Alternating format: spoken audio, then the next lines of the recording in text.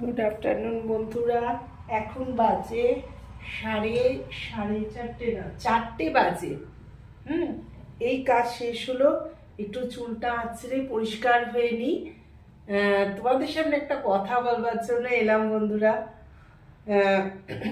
আগেও তোমাদের অনেকবার বলেছি, এখনো বলছি যে আমার সাথেও অনেক কিছু, আমার সাথে না সবার সাথে অনেক কিছু ঘটনা ঘটে। সব দাদারা দিদিদের নাম দিয়ে ফ্রেন্ড রিকোয়েস্ট পাঠায়, ঠিক আছে। রিসেন্ট দুটো ঘটনা ঘটেছে। একটা ঘটনাতে তো আমি পুরো শকড, তাকে আমি ভাই বলতাম।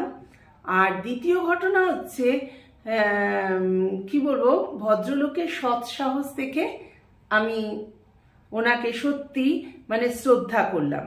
একটা কারণ উনি অনেক দিন ধরে আমি দিদি দিদি বলে বলি, উনি উত্তর দেন, দেখেন। লাস্টে গত দুদিন হলো, দুদিন আগে উনি আমাকে বলল, লিখেছে যে একটা কথা বলবো। আমি বলছি হ্যাঁ বলো। আমি ভাবছি যেমন দিদি বা মাসিমা বা বোন যারাই লেখে, হ্যাঁ বলুন। আমি খুব একটা মেসেঞ্জারে উত্তর দিই না, তো ঠিক আছে বলুন। তা মেসেজ করে তখন বললো, কিছু যদি মনে না করেন তাহলে আমি একটা কথা বলি, যে আমি কিন্তু আসলে নই, মানে আমি হচ্ছি ছেলে, আমি কোনো মেয়ে নই। তা এবার দেখুন, আপনি যদি আমার সাথে বন্ধুত্ব করতে চান তো আপনি ঠকবেন না।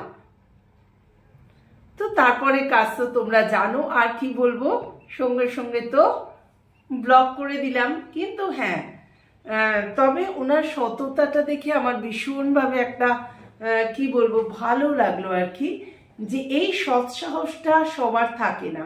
আর তাছাড়া বন্ধুত্ব তো সততা যেখানে নেই সেখানে বন্ধুত্ব কিসের, তাই না? আমরা বন্ধুত্ব পাঠাবো আর নিজের মায়ের ফটো বা অন্য কোনো মেয়ের ফটো বা নিজের স্ত্রীর ফটো দিয়ে আমরা অন্য মেয়ের সাথে চ্যাট করব, আর সে ভাববে যে কোনো ভদ্রমহিলা বা দিদি কেউ আমাদের সাথে কথা বলছে। এই মিথ্যে পর্দাটা কেন বন্ধুরা? যেখানে সততা নেই সেখানে বন্ধুত্ব করো না, দরকার নেই এরকম বন্ধুত্ব। বন্ধুত্বর মূল সূত্র হচ্ছে পিওরিটি। যেখানে পিওরিটি নেই সেখানে আর কিসের বন্ধুত্ব, তাই না? হরদম আসছে, কি বলবো, এক এক সময় ভয়ও লাগে, জানো তো। রিকোয়েস্ট পাঠালে সেটা অ্যাকসেপ্ট করতে ভয় লাগে, কারণ সবসময় মনে হয় এ কি মানে দাদা না বৌদি, ইনি কি দাদা না বৌদি, এই আমার মনে সব সময় একটা আতঙ্ক জন্মে যায়। আর কিছুদিন ধরে তাকে সে বলছিল, আপনাকে আমি দিদি বলতে পারি? বললাম হ্যাঁ। তোমাকেও আমি ভাই বলতে পারি? বললো হ্যাঁ দিদি। তেমনি টুকটাক কথা হতো, খুবই অল্পের পর। তারপর তার চেহারা এমনভাবে আমার সামনে ফুটে উঠলো যে কি বলবো, মানে শকড হয়ে গেলাম, যে যাকে আমি ভাই বলেছিলাম সে এরকম চরিত্রের। যাই হোক, চলো তোমাদের সাথে একটু এই কথাটা শেয়ার করবো বলে চলে এলাম। চুলটুল আসছে, এবার টিউশন এসে যাবে, তো এবার টিউশন করাতে বসবো। আর ভাল লাগছে না গো, আমি এবার টিউশনগুলো ছেড়ে দেবো। মানে খুব কি বলবো, এত কঠিন শক্ত হয়ে যাচ্ছে সব কিছু মেনটেন করে। ইউটিউব, রান্না, সকালবেলা হাজবেন্ডের ব্রেকফাস্ট ভালোভাবেই করতে হয়, সামান্য হয় না, খুবই ভালোভাবে। তারপরে 9:30টার মধ্যে কাজের মাসি এসে যায়, রান্নাঘর ফিটফাট করে চান করে নিয়ে টিউশন বসানো, তারপর নিজের কি বলবো, নিজের ব্রেকফাস্টের একটু রেডি করে বসা, তারপরে আবার টিউশন এসে যায়। তারা যেতে যেতে দীপঙ্করের আসার সময় যায় 2টো, সঙ্গে সঙ্গে এদিক ওদিক করে যেগুলো বাকি থাকে সেগুলো সব বসিয়ে দিই। খুব টাফ হয়ে যাচ্ছে আমার পক্ষে।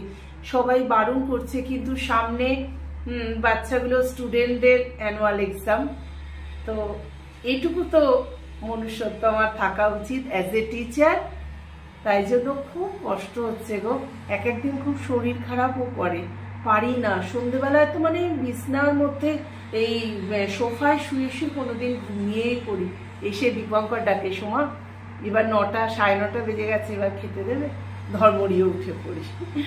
তো চলো টাটা, এখানে আজকে ব্লগটা শেষ করছি, টাটা। হ্যাঁ, আরেকটা কথা, রোজ আমি হয়তো সেইভাবে ডিনার দেখাতে পারি না, রাত্রে গুড নাইট বলে টাটা করতে পারি না, সবই করব। আর 2 মাস ওয়েট করো বন্ধুরা, আমি প্রপারলি ইউটিউব ভালো করে করতে চাই, সেই জন্য আমি টিউশন থেকে একটু ছুটি নিয়ে নেব। এত পেছনে সব সেদিনকে আমার পুরনো স্টুডেন্টের মা ফোন করে মানে কাকুতি মিনতি, আমি পড়াবো না বলে ছেড়ে দিয়েছিলাম, যে একদম পড়াশোনা করে না। এরপর 2টো টিচার পাল্টে পাল্টে চলে গেছে, কারোর কাছে পড়ে আনি, আবার এসছে এই তার সময় আসা বলে। কি বলবো, সে হচ্ছে ম্যাম আপকে পাস ফির আ গিয়া। কত খুশি, পড়া করবে না কিন্তু আমার কাছে আসার জন্য ওরা মানে কি বলবো, মানে একদম মুখিয়ে থাকে।